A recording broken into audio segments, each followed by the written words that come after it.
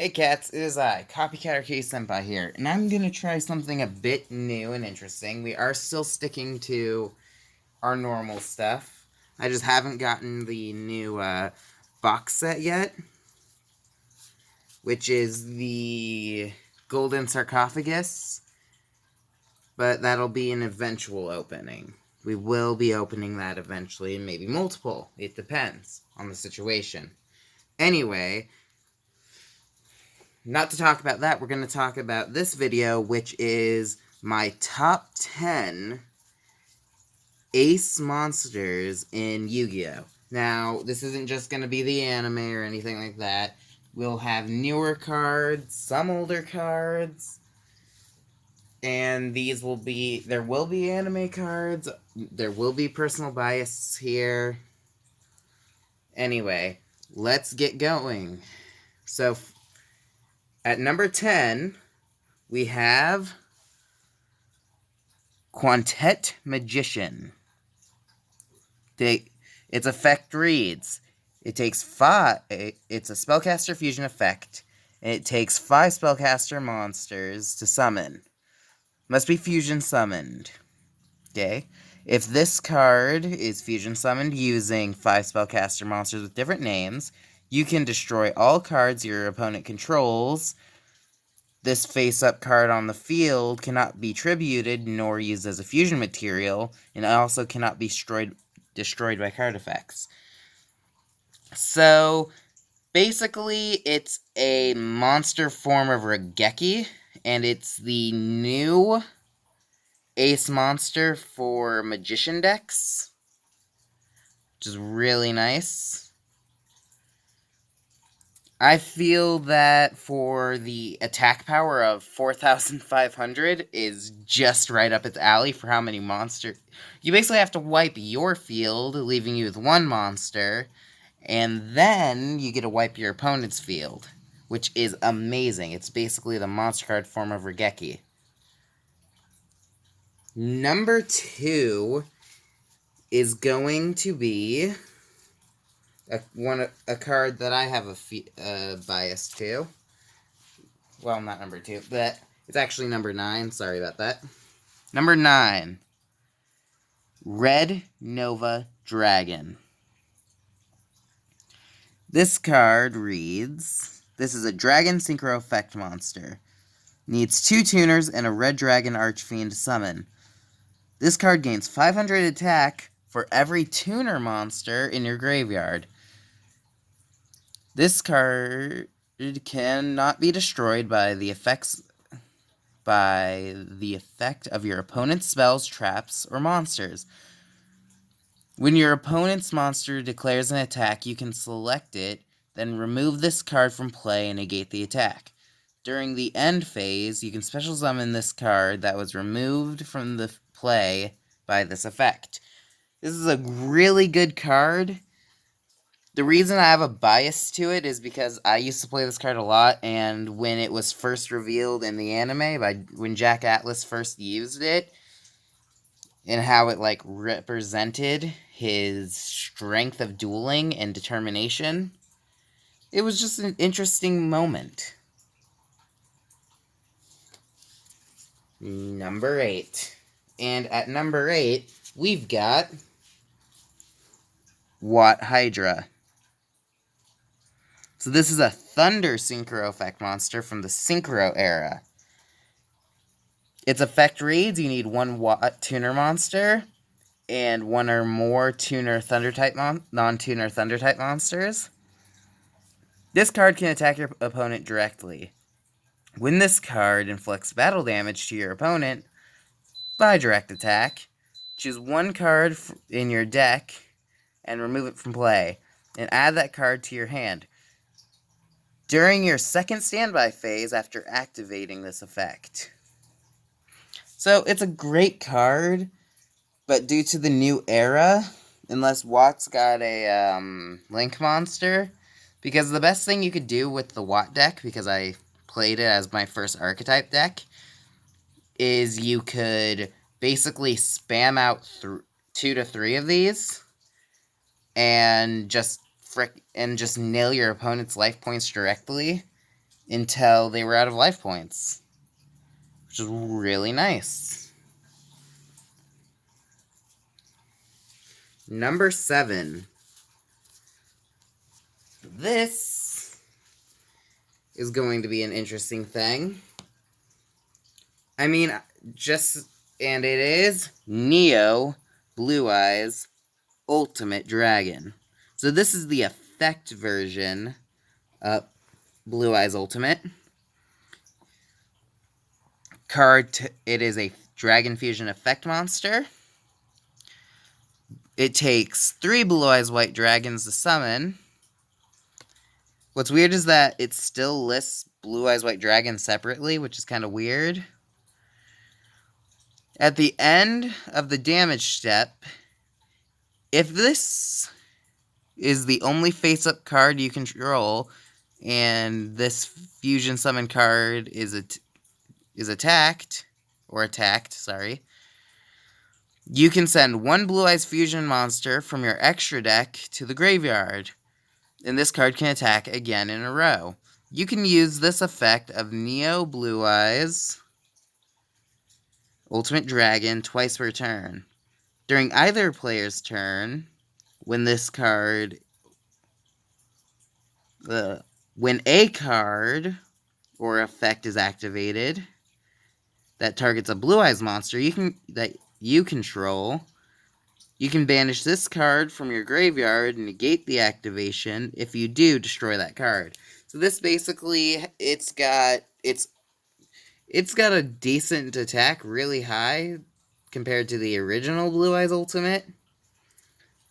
And even though it has the same summoning conditions, the best part about this card is its multiple attacks. So you can, if you are playing a Blue Eyes deck and you summon this, and you have, like, say, 3 copies, or maybe 2 copies of Twin Burst, and the original Ultimate, you can just send those to the graveyard and just attack on your opponent multiple times, which is nice.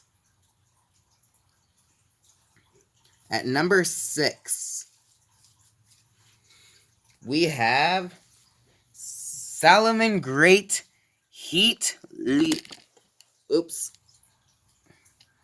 Salamangreat Heatleo.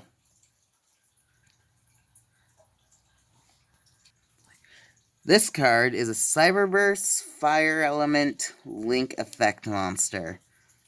To summon it, you need 2 or more, actually directly 3 fire effect monsters. This card's effect is, if this card is link summoned, you can target 1 card your opponent controls, 1 card in your opponent's spell and trap zone, shuffle it into the deck. Once per turn, during the main phase, if this card was link summoned with Salamangreat Heatleo as a material, you can target 1 face-up monster on the field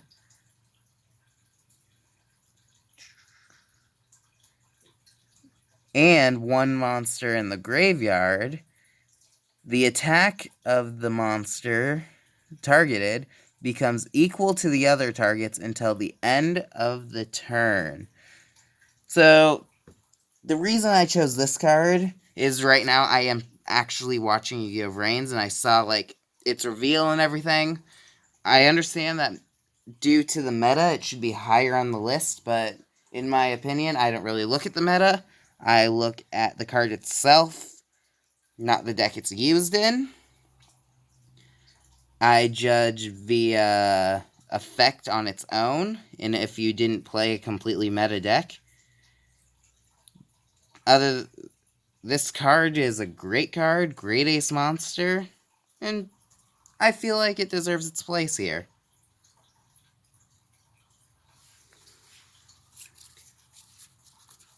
Number 5. Now this is a card that's kind of trash due to the new meta, or technically new master rule anyway, so do the both. I have the new art of it, Odd Eyes Pendulum Dragon. Now, this is based off... I liked the Yu-Gi-Oh! Arc 5 anime, to be honest. I'm just gonna let that out. I mean, normally, I would choose the Ace Zark, but since I don't actually own it, I'm gonna go with the original Yu-Gi-Oh! Card.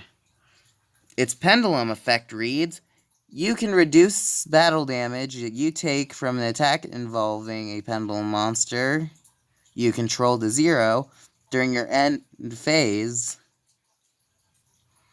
You can destroy this card. If you do, add 1 pendulum monster with 1500 or less attack from your deck to your hand.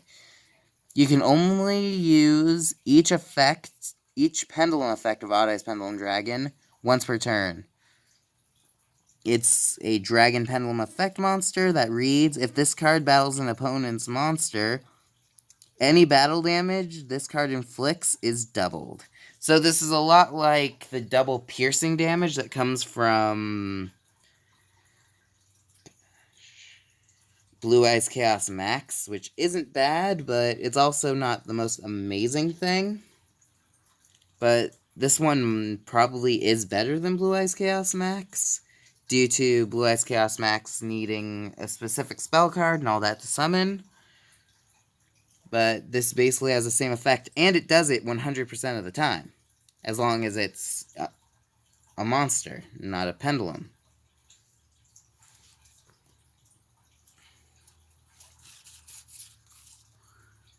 Number 4.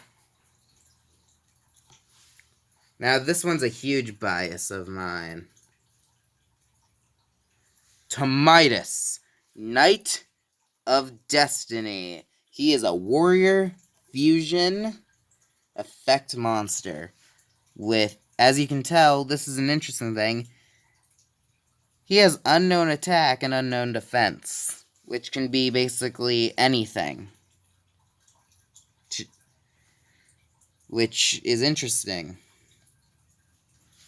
His effect reads, you need Legendary Knight Tomidus, Legendary Knight Critias, and Legendary Knight Hermos to summon it. Must be special summoned from the extra deck by sending each of the above cards you control to the graveyard. Cannot be special summoned by other ways. You do not use polymerization. It's very specific there. Do not use polymerization. It's funny. Unaffected by other card effects. Once per battle, if this card battles during the damage calculation of either player's turn, you can make this card's attack and defense become the attack of the monster on the field with the highest attack. Your choice if tied. When this card is destroyed by battle, you can special summon 3 legendary knight monsters from your deck. From your hand, deck, or graveyard, ignoring their summoning conditions. So basically, if this card gets nuked somehow, you can bring back the cards that summoned it from your graveyard. So it's got a resummoning effect.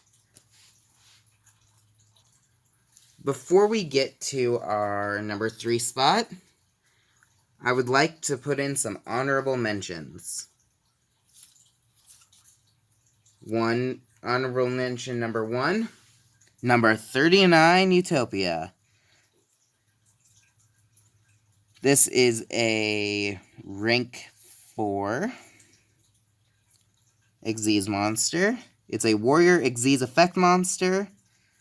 You need 2 level 4 monsters to summon it. When a monster declares an attack, you can detach 1 material from this card. Negate the attack.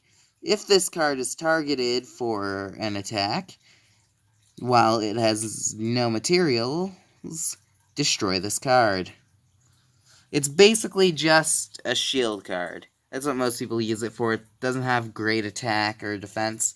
It's actually really good if you have a double or nothing, because at the end, when you use double or nothing, you're doubling it. You could stop its attack, double its attack, and do even more damage, because it doesn't specify whose attack you're ending. Just kind of weird. Honorable mention number 2, which I wanted to put on the list, but there were monsters that are just a bit better, in my opinion, and that deserved more spots than this. Stardust Dragon. This is a Dragon Synchro Effect monster. It's actually one of the most well-known Synchro monsters. Needs 1 tuner, 1 non-tuner. When this card effect is activated, that would destroy a card or cards on the field. Quick effect. It's one of the first cards that actually use the quick effect. You contribute this card and negate the activation. If you do, activate. If you do, destroy it. During the end phase. Destroy it during the end phase. If this effect was activated this turn and was not negated, you can special summon this card from the graveyard. Again, it's a good card, but there's just a few cards better, in my opinion. Again, this is all my opinion, that I believe could take up higher spots, but I still decided that it deserved a spot on this list, so it got an honorable mention. Next we have Mekk-Knight Spectrum Supreme. The reason I'm putting it on this list is it's a lot like our number 1 spot. It is a lot like our number 1 spot, like a lot. This is a Cyberburst Link monster. This is the light Cyberburst Link monster. Needs 2+ Mekk-Knights to summon. This card can attack directly. If it is the only card in its column, and this card, if this card is an extra monster is in the extra monster zone, and it points to no monsters, it cannot be destroyed by card effects. Also, your opponent cannot target it with card effects.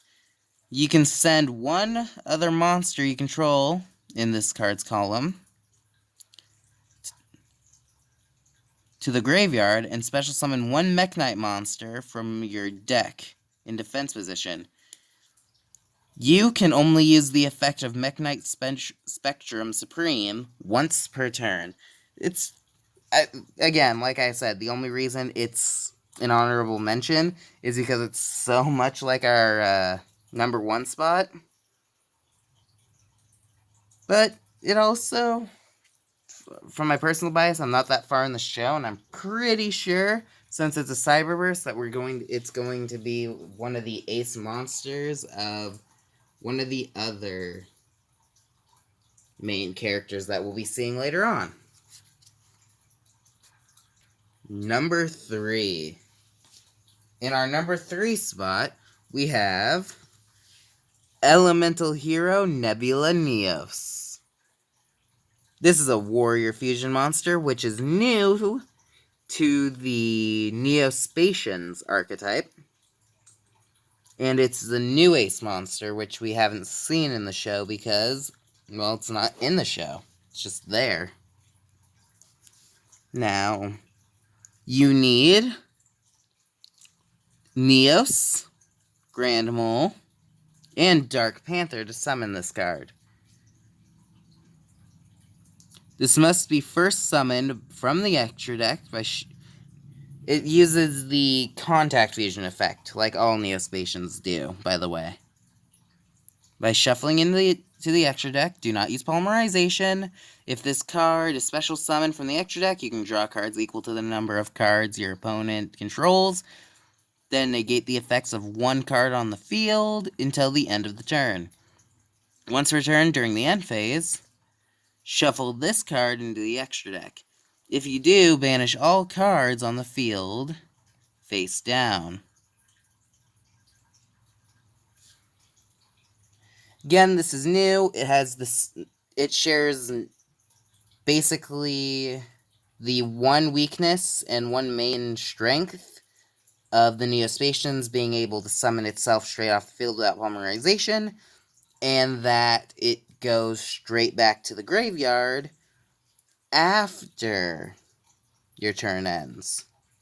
So to make sure that if you're going to use that, you use either instant Neospace or just Neospace, so it doesn't go away so quickly. For our number 2 spot, we're going back to the original Yu-Gi-Oh! Anime. I know, we're going back in time. How far back? Back to the Waking of the Dragons. We've got Guardian Dreadscythe, which is the ace of the Guardian archetype. You cannot normal summon, set this card. You must be special summoned by its own effect. It cannot be special summoned by other ways. If Guardian Eidos is destroyed by battle or card effect and sent to the graveyard, you can special summon this card from your hand. When this card is special summoned, you can equip one Reaper Scythe, Dread Scythe, from your deck to this card. You cannot normal or special summon monsters but you can normal set. If this card is sent from the field to the graveyard, send one card from your hand to the graveyard. And if you do, special summon this card from the graveyard. Now, its effect seems kind of complicated, but when you also add, and it also has it's got decent attack, but if you add the effect of his equip spell, which is Dread Scythe, which I believe it adds 500 attack. Well, I know it does. It adds 500 attack for every monster you have in the graveyard. So if you send a bunch of monsters to your graveyard, this gains a ton of attack with its equip spell, which makes it pretty good, actually. Makes it really good. Now, for our number 1 spot. Now, before I reveal this, I'm gonna say this. Put in the comments, if you're watching, put in the comments what you think this card is. Just put it in there. I'll give you a few minutes to guess. You had your hint. And whatever it is, please put it in the comments. And if you're right, I will comment back and like your comment. Also, please like, comment, and subscribe. And make sure to hit that bell notification button. Hey! And if you like watching these videos and want to hear more about cards and see more Yu-Gi-Oh! Box openings, I will probably be I won't probably. I will be doing more in the future. You viewers are what's making this happen. So please continue watching, continue liking and subscribing and sharing. And let's get into it. So our number 1 card is the Weather Painter Rainbow. Yes. Now I'm picking this out of complete personal bias, as this is part of my favorite archetype and deck I'm playing at the moment. which is the Weather Painters. Just love it. That's why I picked this as number 1, not because it's a really pretty card. I mean, it doesn't help. It kind of helps that this card is super freaking pretty, but its effect. Now, the Weather Painters build off of each other, so that also makes this card does the same thing. It's a Fairy Link effect monster with a light attribute with 3 links. So it needs 3 of the weather monsters to summon it.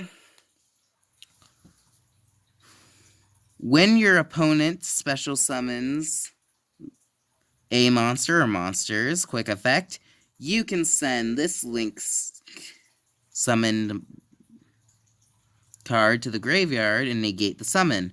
If you do, destroy that monster or those monsters.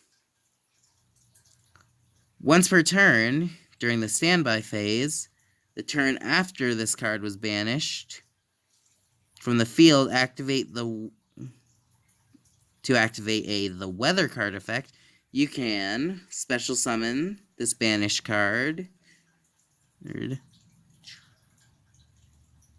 The weather effect monster this card points to also gains the following effect. When this card effect is activated, you can banish that card to negate the activation, and if you do, destroy the card. So basically, this will give its cards in the extra slots its effect. That's basically what it does.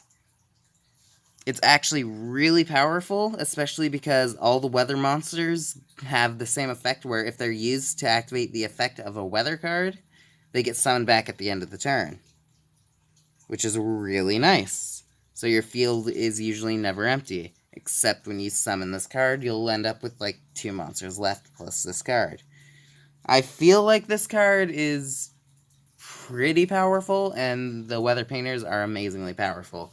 But of course, I'm also still choosing this card out of, personal bias as number 1. Anyway, thank you for watching. If you want to see more, please hit that thumb up button. And I will see you in the next video. Meow meow!